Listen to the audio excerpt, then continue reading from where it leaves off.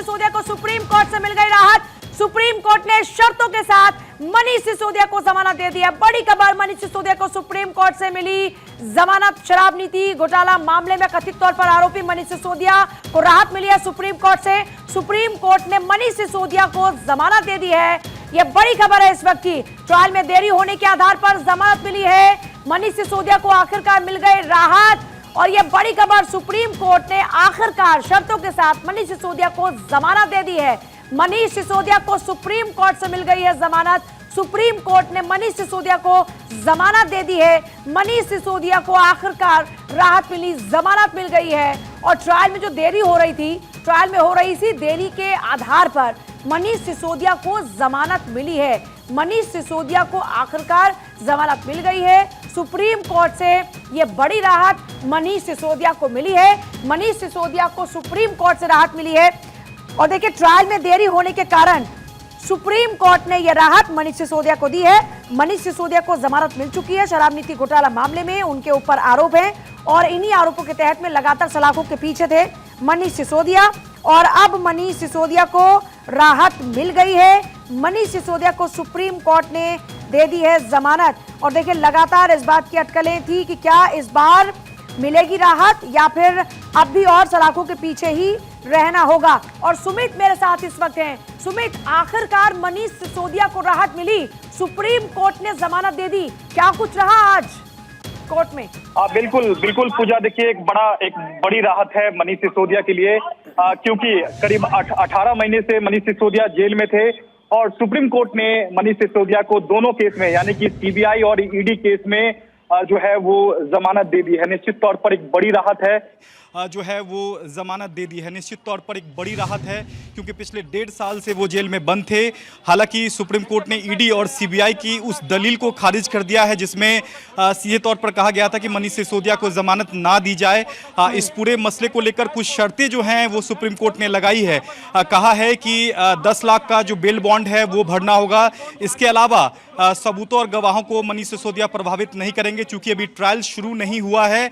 और सबसे अहम बात है कि बिना कोर्ट के परमिशन से विदेश नहीं जा सकेंगे। उनको अपना पासपोर्ट राउज एवेन्यू कोर्ट में सरेंडर करना होगा, ये कोर्ट ने अपने आदेश में कहा है। अच्छा। तो निश्चित तौर पर सीबीआई और ईडी की दलील को खारिज कर दिया है सुप्रीम कोर्ट ने, क्योंकि यहां जमानत का विरोध किया था ईडी और सीबीआई ने। लेकिन सुप्रीम कोर्ट ने साफ तौर पर कह दिया है कि जो इतने वक्त तक, लंबे समय तक जो है मनीष सिसोदिया को जेल में नहीं रखा जा सकता है, चूंकि ट्रायल जो है वो शुरू करने के लिए इससे पहले सुप्रीम कोर्ट ने 3 महीने का समय दिया था, लेकिन अब तक 6 महीने का समय हो गया है और अब तक ट्रायल इस पूरे मामले में शुरू नहीं हो सका है। ऐसे में इतने लंबे समय तक मनीष सिसोदिया को जेल में नहीं रखा जा सकता है।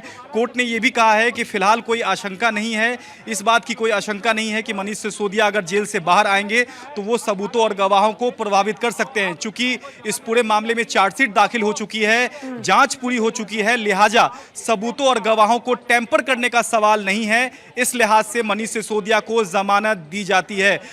निश्चित तौर पर सीबीआई और ईडी के लिए एक बड़ा झटका है क्योंकि यहां दोनों जांच एजेंसियों ने जमानत का विरोध किया था और सुप्रीम कोर्ट ने यहां 10 लाख के बेल बॉन्ड पर सत्य की जीत हुई है। और मैंने जैसा पहले से कहा कि इस मामले में कोई भी तथ्य, कोई भी सत्यता नहीं थी। जबरदस्ती हमारे नेताओं को पकड़ पकड़ के जेल में रखा गया।